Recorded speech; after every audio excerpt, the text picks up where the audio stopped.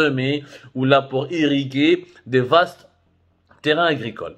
Irriguer et jeter de l'eau, l'épandage, tout ce qui est répandre, répandre des semences ou là pour des activités agricoles. Il a été transformé et il est devenu récemment, depuis quelques années, un avion redoutable et très efficace contre les feux de forêt.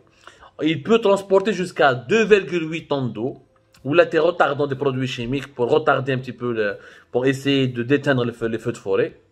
Ou il peut voler depuis des pistes de moins de 500 mètres. Et malgré la capacité de transporter 2,8 tonnes, il est très efficace, on met ça à l'eau, il est agréable à piloter, il offre une certaine sécurité en vol. Il est très moderne dans l'avion, un American Trush 71 fait des caméras HD, a une capacité de transmission en temps réel des images, un centre opérationnel qui permet de coordonner les moyens aériens pour lutter contre les incendies. Vous voyez, la compagnie Pliza, l'espagnole, a une flotte de 20 avions Trush qui ont déjà prouvé leur efficacité. Parce que l'été 2021, en août 2021, notamment le 14 août 2021, l'Algérie avait affrété un avion auprès de cette compagnie espagnole qui est intervenu à Bdjaïa.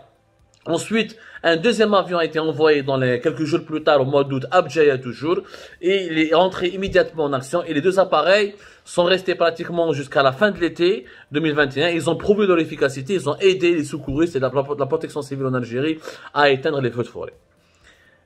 Sarah Hassan, c'est une compagnie espagnole très spécialisée dans ce domaine-là, qui a fait ses preuves encore une fois, et qui est intervenue dans plusieurs pays. En ce moment, d'ailleurs, au moment où elle a conclu un contrat avec l'Algérie, le Chili, le grand pays de l'Amérique latine, avait aussi loué ces avions pour une période de 3 années, pour les utiliser de novembre à mars.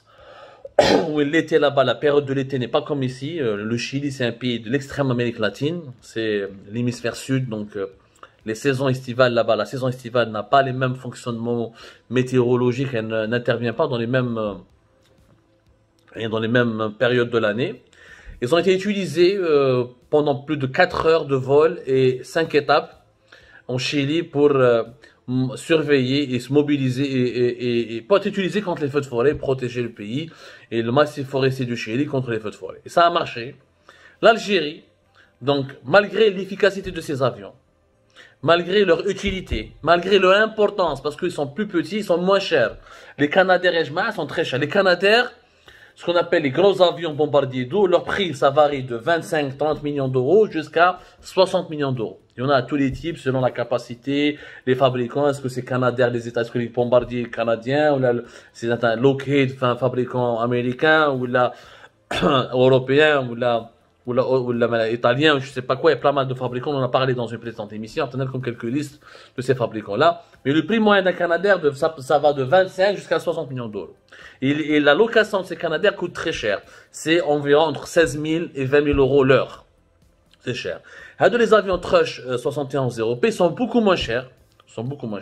Ils permettent, apparemment, leur location c'est entre 6 000 jusqu'à 10 000 euros, au lieu de 16 000 à 20 000 euros. Mais ils sont beaucoup moins chers à l'achat. C'est la moitié du prix pratiquement d'un Canadair, d'un grand avion bombardier d'eau. Ils sont beaucoup plus malléables et très sûrs en vol. Ils peuvent voler à basse altitude, à 500 mètres, et donc déverser une importante quantité d'eau, c'est 2,8 tonnes d'eau, sans parler des autres produits chimiques qu'on peut utiliser pour retarder les feux de forêt, pour retarder les incendies.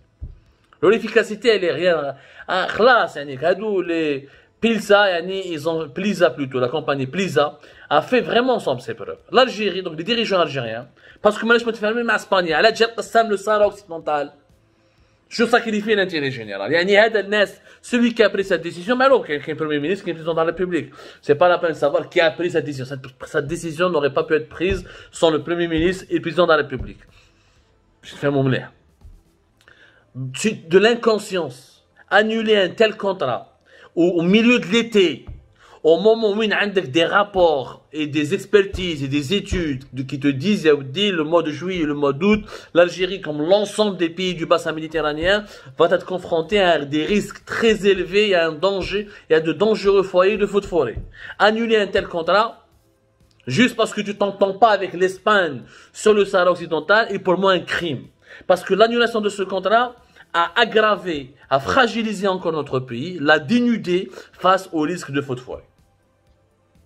واش دخل الصحراء اوكسيدونتال لاسبان والبروبليم مع لو ماروك مع لا كومباني دي بليزا. هادو لي كومباني بليزا ما عندهم حتى علاقه مع لو gouvernement اسبانيول. سي une compagnie privée, elle n'a pas d'influence sur les autorités espagnoles, ils n'ont aucune position sur le dossier du Sahara occidental, ils font pas de politique, ils font des affaires. On avait besoin de ces avions. On avait besoin de ces avions. On avait cruellement besoin de ces avions. Pourquoi les annuler? Celui qui a pris cette décision porte une énorme responsabilité dans le nombre élevé de morts que nous allons déplorer d'ici la fin de cet été, parce que ce n'est pas encore terminé. Le sinistre ne s'est pas encore terminé. Je ne le souhaite pas, mais je ne suis pas un idéaliste, je suis réaliste. Je connais la situation sur place. Les secouristes sont mobilisés, les foyers sont pas encore éteints. L'avion avec le russe, la Kankairi, le Djibouti, la Russie. هذاك حاشاكم اللي جبناها لك كان كايري كاويتشو رابوج كيما يقولوا رابوج طاح ديجا اون بان. Et je me prive d'une compagnie espagnole, d'une compagnie qui a une expertise importante et qui a prouvé son efficacité sur le territoire national en été 2021. C'est une énorme maladresse. C'est une énorme maladresse. C'est une bourde. C'est une bêtise impardonnable. C'est de l'inconscience. Et ça doit nous apprendre une leçon définie. On doit tirer définitivement la leçon. On ne mélange pas les problématiques politiques avec les problématiques sociales ou économiques. عندك مشكل مع les autorités espagnoles, واحد ضارب مع اسبانيا دبر راسك. ما تدخلش les sociétés espagnoles. Je ne vais pas me priver du savoir-faire d'une société espagnole dont j'ai cruellement besoin pendant cet été, juste parce que j'ai un problème avec le premier ministre espagnol Pedro Sánchez. Ça, c'est de l'enfantillage. Nous avons bradé l'intérêt de notre pays et nous avons mis des millions d'Algériens en danger parce que ces moyens, ces 8 avions, on aurait pu les utiliser intelligemment. Je vous assure, je vous promets, on n'aurait pas eu autant de morts. Si on avait su comment éteindre le feu et les incendies dans les bons moments, au bon moment, dès le début, on n'aurait pas eu autant de dégâts, ni à Tarf, ni à Soukharas, ni à Skikta. Rabbi yarham nas li matou. وربي يسامح. Je suis sûr qu'il ne يسامحش parce que c'est un crime impardonnable.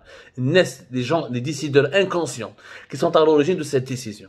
Et j'espère que notre pays va tirer les leçons et nous allons demander des comptes à ces dirigeants incompétents. Il s'agit d'homicide involontaire encore une fois. Il faut rendre des comptes. Il faut reprendre contact rapidement avec cette société espagnole. Il faut reprendre contact avec les sociétés occidentales. C'est là le savoir. Retournons la Russie. Retournons la Kankairi russe. Rohou vers le savoir-faire occidental.